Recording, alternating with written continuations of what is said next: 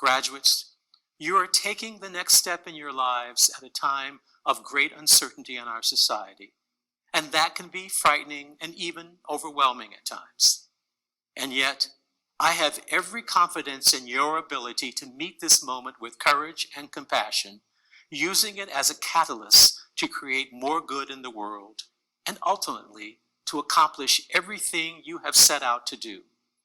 I believe in you, not only because your Richmond education has equipped you to navigate whatever situations may arise in your lives, but also because you have already demonstrated the remarkable inner strength that is a hallmark of a Richmond education, successfully completing an unexpected semester of remote learning while experiencing the isolation of a quarantine and, in some cases, caring for family members who have fallen ill.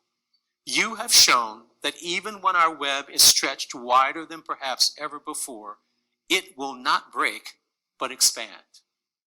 Graduates, the university shares my great pride in your accomplishments and resilience. We enthusiastically welcome your frequent return to campus, where you will always have a home. And, as I have said before, we will always remember you as a special class in Richmond's history, known for your grit and ability to weather difficult circumstances, the exact type of people I want by my side when the storm comes.